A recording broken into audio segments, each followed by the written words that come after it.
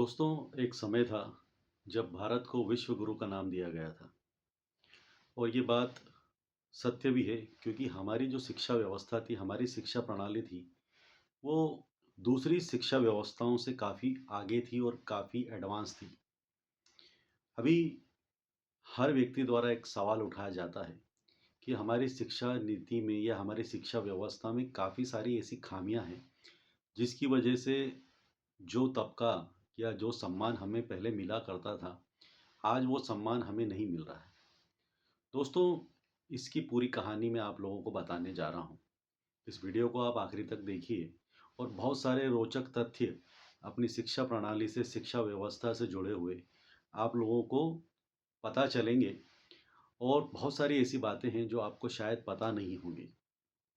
दोस्तों, हमारी जो पुरानी शिक्षा प्रणाली थी, या मैं प्राचीन शिक्षा व्यवस्था करूं, तो वो समय से काफ़ी ज़्यादा आगे थी। मैं बात करूं तो आज़ादी के बाद अंग्रेज़ों ने सबसे पहले हमारी शिक्षा व्यवस्था को तोड़ने का काम किया। हम लोगों के अंदर अपने काम को लेकर, अपनी सनातन संस्कृति को लेकर काफ़ी सम्मान था, और हम लोग संस्कृत भाषा को ज़्यादा सम्मान दिया करते थे। लेकिन जब अंग्रेज हमारे देश में as a East India company के नाम से उन्होंने हमारे देश में प्रवेश किया, अब उनके लिए उस समय सबसे बड़ी जो परेशानी थी वो थी कि उस समय हम कहते हैं कि वो इंडस्ट्रियल रिवॉल्यूशन का समय था। उन्हें चाहिए थे ऐसे लोग जो उनकी फैक्ट्री में काम कर सके। तो उस समय उन्होंने लॉर्ड मैकॉले, जो कि एक शिक्षाविद थे, उनको बुलाया और उनसे कहा कि आप इस शिक्षा व्यवस्था को संभालिए और कुछ इस तरह का एजुकेशन सिस्टम तैयार कीजिए जिससे हमारी ज़रूरतें भी पूरी हो और लोग भी शिक्षित हो। उस समय सबसे बड़ी समस्या ये थी कि जो भारत के लोग थे और जो ईस्ट इंडिया कंपनी के लोग थे, उनके बीच कम्युनिकेशन नहीं हो पाता था। भाषा का ज्ञान सबसे ज़्यादा ज़रूरी था। तो जो भी शिक्षा व्यवस्था बनाई गई, उसमें अंग्रेजी को सबसे ज़्यादा प्राथमिकता दी गई। अब उस समय भारत के लोगों को, उनको मैनेजर नहीं बनाना था। उन्हें ऐसे लोग चाहिए थे जो इंजीनियरिंग में दक्ष हों, जो टेक्नीशियंस हों, जो मैथमेटिक्स का नॉलेज रखते हों। तो उन्होंने एक स्टेम, जिसको हम लोग कहते हैं STEM, स्टेम सिस्टम लागू किया।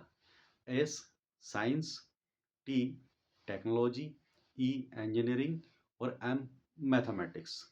इन चारों चीज़ों को उन्होंने अपने एजुकेशन सिस्टम में प्रायोरिटी दी। और जब स्टेम सिस्टम को प्रायोरिटी दी, तो उनका सिर्फ एक ही मकसद था कि उन्हें कंपनी के अंदर मैनेजर नहीं चाहिए थे, उन्हें कंपनी में काम करने वाले इंजीनियर्स चाहिए थे, और ऐसे व्यक्ति चाहिए थे जो मजदूर बनकर या लेबर बन के काम कर सके। आज भी ऐसे काफ़ी सारे माँ बाप हैं, पेरेंट्स हैं, जो साइंस स्ट्रीम को सबसे ज़्यादा अहमियत देते हैं। तो ये जो शिक्षा व्यवस्था है, पहले से चली आ रही है। हम लोग इस शिक्षा व्यवस्था में बंद कर रह गए हैं। आज भी अगर मैं आज से 15 से 20 साल पहले की बात करूं, तो पेरेंट्स का एक सपना होता था कि मेरा बच्चा इंजीनियर बने, मेरा बच्चा साइंटिस्ट बने। वो कभी नहीं सोचते थे कि मेरा बच्चा एक आर्किटेक्ट बने, मेरा बच्चा आर्कियोलॉजी में चले जाए, मेरा बच्चा मैनेजमेंट में चले जाए, मेरा बच्चा फाइनेंस में चले जाए। अब जैसे जैसे चीज़ें समझ में आ रही हैं, वैसे वैसे जागरूकता बढ़ती जा रही है। तो दोस्तों, एक हमेशा से सवाल रहा है, क्या अगर स्टेम सिस्टम लागू होने के पहले हमारी जो शिक्षा व्यवस्था थी, वो किस तरह की थी? क्या हमारी शिक्षा व्यवस्था वाकई में इतनी सुदृढ़ थी, इतनी स्ट्रांग थी कि हम लोगों को विश्व गुरु का सम्मान दिया जाता था? तो दोस्तों, मैं आप लोगों को बताना चाहूँगा कि हम लोग दुनिया से बहुत आगे थे। मैं इंजीनियरिंग पर पॉइंट ऑफ व्यू से ही और उसी परसेप्शन से मैं आपको समझाना चाहूँगा। दोस्तों, अगर मैं बात करता हूँ एक लोहे की, तो लोहे की एक टेंडेंसी होती है, उसकी एक प्रकृति होती है। लोहा अगर पॉल्यूशन में या नमी में, या जहाँ ज़्यादा नमी वाली हवा होती है, वहाँ पर लोहा बहुत जल्दी जंग लग जाता है और वो ख़राब हो जाता है। इसका एक बहुत ही बेहतरीन उदाहरण आप लोगों को दिल्ली में देखने को मिलेगा। कुतुब मीनार के सामने एक स्तंभ बना हुआ है। उस स्तंभ के बारे में ऐसी मान्यता है कि अगर आप अपने हाथों को पीछे की तरफ से घुमाकर दोनों हाथों को मिला लेते हैं तो आपकी जो मनोकामना है वो पूर्ण हो जाएगी, ऐसा कहा जाता है। लेकिन मैं इस बात से परे इस बात पर जोर देना चाहूँगा कि उस स्तंभ को बने लगभग 250 साल से ज़्यादा हो चुके हैं और हमारी मेटलर्जिकल इंजीनियरिंग उस समय इतनी ज़्यादा अच्छी थी कि आज भी अगर आप जाके देखेंगे तब आपको पता चलेगा कि 250 साल बाद भी उस लोहे में 1% जंग नहीं है। अगर हम आज के समय की बात करें तो जो भी बिल्डिंग्स हम बनाते हैं, जो भी ब्रिजेस बनाते हैं, उनकी लाइफ 50, 60, 70 साल से ज़्यादा नहीं होती। तो हमारी मेटलर्जिकल इंजीनियरिंग उस समय बहुत बेहतर हुआ करती थी। इसी तरह से एक उदाहरण और देना चाहूँगा। बेंगलोर के पास करीबन 200 किलोमीटर के आसपास कुछ ट्राइबल्स लोग थे, कुछ आदिवासी लोग थे और वो हमारे जो सबसे बड़े गुरु होते हैं हिंदुओं में, आदिचार्य, उनका सम्मान करना चाहते थे। तो उनके सम्मान में उन्होंने एक स्तंभ का निर्माण किया। साउथ में अगर आप बेंगलोर के आसपास जाते हैं तो आपको पता चलेगा कि वहाँ पर हवा में बहुत नमी होती है और लोहा जब नमी से मिलकर ऑक्सीजन से मिलता है या कहते हैं कि ऑक्सीजन से रिएक्ट करता है, वो ऑक्सीडाइज्ड होता है और लोहे के अंदर जंग लगना शुरू हो जाता है। तो ऐसी जगह जहाँ पर नमी ज़्यादा होती है वहाँ पर लोहे की लाइफ ज़्यादा नहीं होती। लेकिन दोस्तों ये बात 300 साल पुरानी है। अगर आज आप उस जगह जाके देखेंगे तो आपको पता चलेगा कि वो लोहा बिल्कुल सही सलामत कंडीशन में है। तो ये जो मेटलर्जिकल इंजीनियरिंग हमारी थी वो बहुत उम्दा, बहुत एडवांस थी। इसी का मैं एक और उदाहरण आप लोगों को देना चाहूँगा। दोस्तों, जिंक, जस्ता जस्ता बनाने की जो टेक्नोलॉजी हमारे पास में थी, ना तो वो चाइना के पास में थी और ना वो यूएसए, मतलब मैं बात करूँ यूएसए या फिर आप ईस्ट इंडिया कंपनी, इन लोगों को बिल्कुल भी पता नहीं थी। हमें लगभग 5000 साल पहले पता था कि किस तरह से जस्ता को या जिंक को बनाया जाता है। दोस्तों, एक जिंक के बारे में बहुत रोचक बात यह है कि जिंक का जो मेल्टिंग पॉइंट है वो है 997 डिग्री सेंटीग्रेड, मतलब 997 डिग्री सेंटीग्रेड। और जस्ते को वाष्पीकृत होने में या वेपराइज होने में सिर्फ 3 डिग्री और ज़्यादा लगता है, वो 1000 डिग्री सेंटीग्रेड पे वाष्पीकृत हो जाता है। अब आप सोचिए उस समय जब हमारे पास टेम्परेचर नापने के लिए कोई इंस्ट्रूमेंट नहीं हुआ करता था तो कितना मुश्किल होता होगा कि हम 997 डिग्री सेंटीग्रेड पे जिंक को लिक्विड फॉर्म में कलेक्ट कर लें और टेम्परेचर बढ़े ना, अगर थोड़ा सा भी टेम्परेचर बढ़ता है तो वो वाष्पीकृत हो जाएगा, मतलब वो वेपराइज हो जाएगा। तो उसको बनाने का एक बहुत शानदार तरीका था और बहुत आसान तरीका था। जैसा कि हम लोगों ने हमारी छोटी कक्षाओं में 8वीं 9वीं 10वीं कक्षाओं में ये पढ़ा है कि एक समय पर हमने पढ़ा था कि वात्या भट्टी होती है जिसको हम ब्लास्ट फर्नेस कहते हैं। ब्लास्ट फर्नेस का काम क्या होता है? ब्लास्ट फर्नेस में नीचे से आग लगाई जाती है, गर्मी दी जाती है और जो लोहा होता है या जो भी मोल्टन मेटल होता है वो पिघल कर एक रास्ते से कलेक्ट कर लिया जाता है। लेकिन ये तकनीक जिंक में बिल्कुल भी काम नहीं आने वाली थी। तो उसके लिए हमारा जो दिमाग था, देखिए हमने कितना शानदार दिमाग लगाया। हमने वात्या भट्टी को ऊपर से आग देना चालू करी। वो जो पिघला हुआ जस्ता था वो पिघल कर आता है और हमने क्या करा कि नीचे से जो बर्फ़ की हवा होती है, आइस एयर, वो देना चालू करी। तो जैसे ही वो मोल्टन मेटल गिरता था तो उसका टेम्परेचर बढ़ता नहीं था और वो हमें लिक्विड फॉर्म में कलेक्ट हो जाया करता था। है ना? बड़ी अचरज की बात है कि ये चीज़ें हमें पता थी और ये चीज़ जिसका जो मैं कह सकता हूँ कि ये जो तरीका है हमसे किसी चाइना वाले ने चुराया और उसके बाद में जब ईस्ट इंडिया कंपनी आई तो उन्हें भी पता चल ही गया कि किस तरह से जिंक को हम लोग आसानी से अलग कर सकते हैं। अब ये बात तो हुई, देखो दोस्तों, मेटलर्जिकल इंजीनियरिंग की। अब हम एस्ट्रोलॉजी में जाते हैं। अभी कुछ वर्षों पहले मैं बात करूं तो 60-70 साल पहले रशिया ने एक सैटेलाइट, अपोलो सैटेलाइट, ये जानने के लिए पहुंचाया कि धरती का जो शेप है वो कैसा है। तो करीबन साइंटिफिकली 70-80 साल पहले हम लोग जान पाए कि ये जो धरती का शेप है वो स्फेरिकल है, या कह सकते हैं ओवल शेप में है। ये बातें हम सदियों से जानते हैं। तो ये बातें कैसे सदियों से जानते हैं, इसका एक छोटा सा एग्जांपल मैं देना चाहूँगा। हमारी माइथोलॉजिकल स्टोरीज जो हैं, हमारी जो पौराणिक कथाएं हैं, उसमें कहा जाता है कि जब विष्णु जी ने वराह अवतार लिया था, तब उन्होंने जो गेंदनुमा धरती है उसको अपनी नाक पर रखा था और उस धरती को डूबने से बचाया था। दोस्तों, उस चित्र में देखिएगा, धरती का जो आकार है वो बिल्कुल गोल है। और आश्चर्य नहीं करना चाहिए, क्योंकि जो चीज़ें हमें आज से 70-80 साल पहले एक सैटेलाइट के फोटो के द्वारा पता चलता है कि धरती गोल है, वो बातें हमें 10,000 साल 20,000 साल पहले पता थी कि धरती का जो आकार है वो गोल है। उसी तरह से एक और मैं बात आपको बताना चाहूँगा। देखो दोस्तों, अगर हम आसमान में देखते हैं तो आसमान में एक होता है ट्विन स्टार, जिसको कहा जाता है कि वो ट्विन स्टार हैं। और हमारी एस्ट्रोलॉजी में कहा जाता है कि ये एक्चुअल में ट्विन स्टार ना होते हुए ये हैं दो तारे हैं, अरुंधति और वशिष्ठ। तो अरुंधति और वशिष्ठ जो हैं वो एक दूसरे के चक्कर लगा रहे हैं। जैसा होता है ना, शादी में आपने देखा होगा, नॉर्मली क्या होता है कि जैसे सूरज जो है वो जो धरती है वो सूरज के आसपास चक्कर लगाती है, लेकिन ये जो तारे हैं वो दोनों एक दूसरे के आगे पीछे चक्कर लगा रहे हैं। ऐसा लग रहा है कि जैसे वो 7 फेरे लिए जाते हैं ना, एक के पीछे एक, तो वैसे चक्कर लगाए जा रहे हैं। तो हमारे साउथ इंडिया में एक प्रथा है कि शादी होने के बाद में जो नवविवाहित जोड़ा होता है वो अपने शादी की रात को बाहर जाकर इस अरुंधति और वशिष्ठ के दर्शन करते हैं, जैसे कि वो एक दूसरे के पूरक हैं और पति पत्नी का उनको दर्जा प्राप्त है। तो इस तरह की बहुत सारी रोचक बातें हैं। उसी के साथ में मैं एक चीज़ और बताना चाहूँगा आपको। हमारे विज्ञान में पाई की वैल्यू, जिसको हम लोग कहते हैं 22/7, इसका मतलब है 3.14।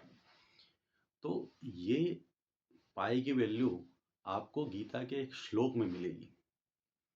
अगर उस श्लोक को आप कटपयम संख्या में लगाते हैं, यानी कहने का मतलब है कि उस चीज़ को, उसका मान जो भी होता है, हर संख्या का एक मान होता है, उस संख्या का मान अगर आप उस कटपयम संख्या में रखते हैं, और जो कटपयम संख्या होती है उसको पढ़ने का तरीका भी अलग होता है। एक्चुअली उसको पढ़ने का तरीका होता है रिवर्स। अब यकीन नहीं मानेंगे, करीबन 30 से 40 डिजिट तक जो पाए का मान है एग्जैक्ट सेम निकलेगा।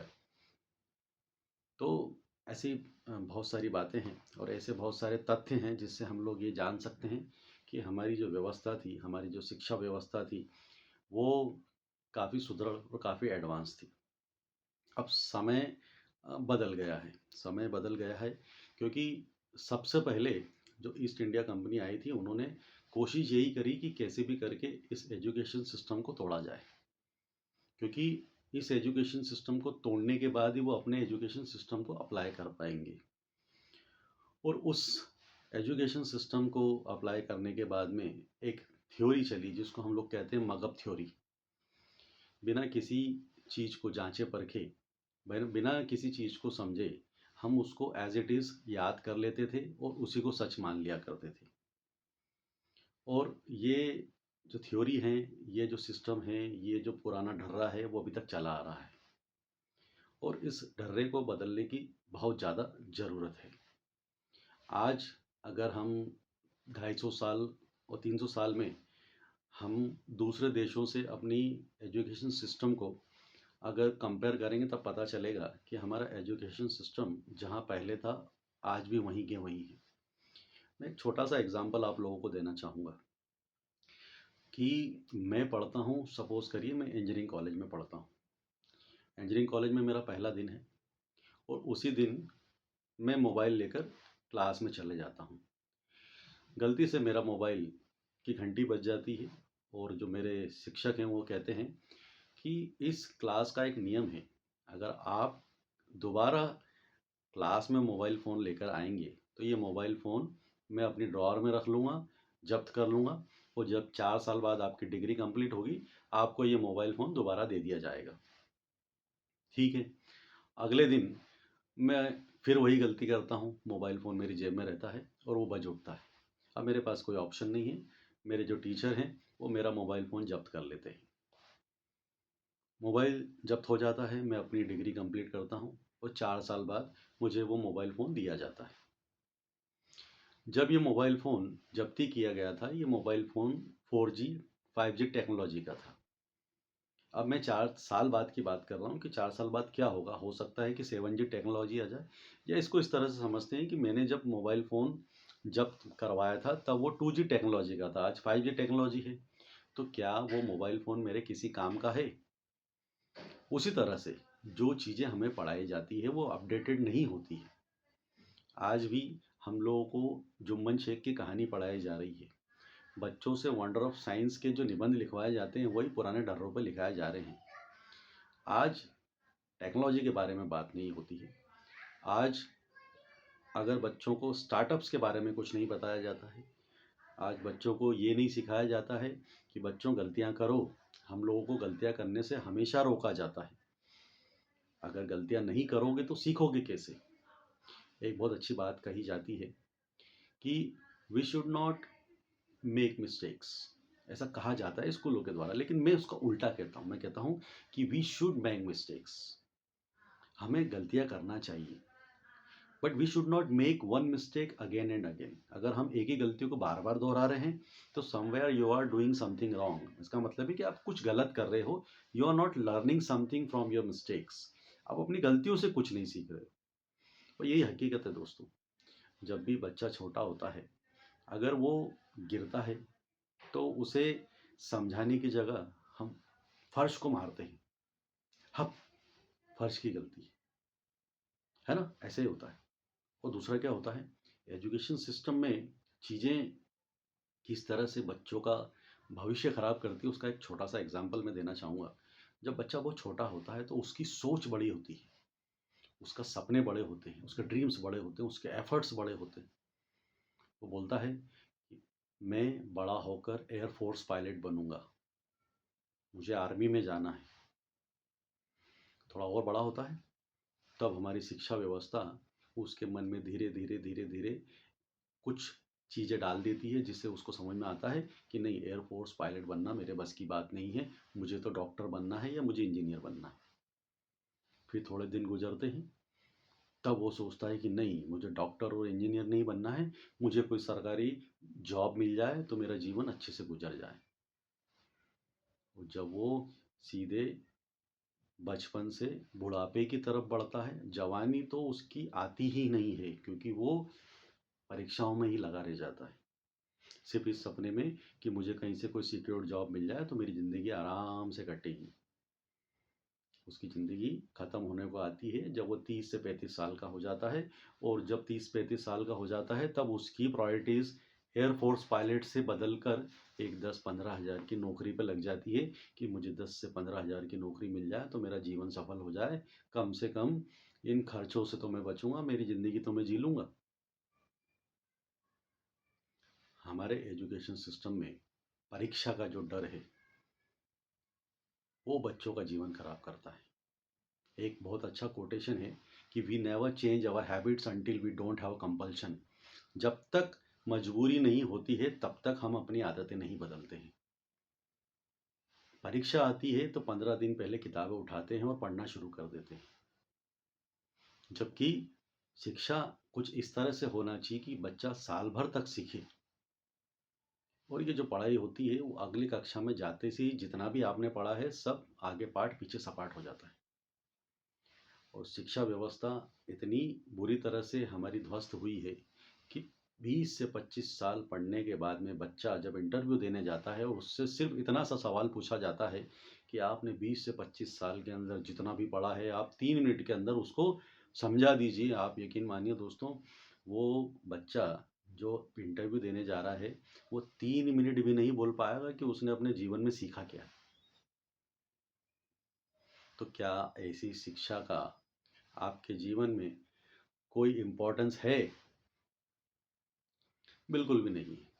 अगर आप सोचते हैं कि इस तरह की शिक्षा हमारे बच्चों के लिए लाभप्रद है, बेनिफिशियल है, तो आप अपने बच्चों को ये पुराने ढर्रे पे पढ़ाते रहिए। और अगर वाकई में आप शिक्षा व्यवस्था में कुछ बदलाव लाना चाहते हैं तो एक शुरुआत कीजिए, इस वीडियो को लोगों को ज़्यादा से ज़्यादा पहुंचाइए। धन्यवाद।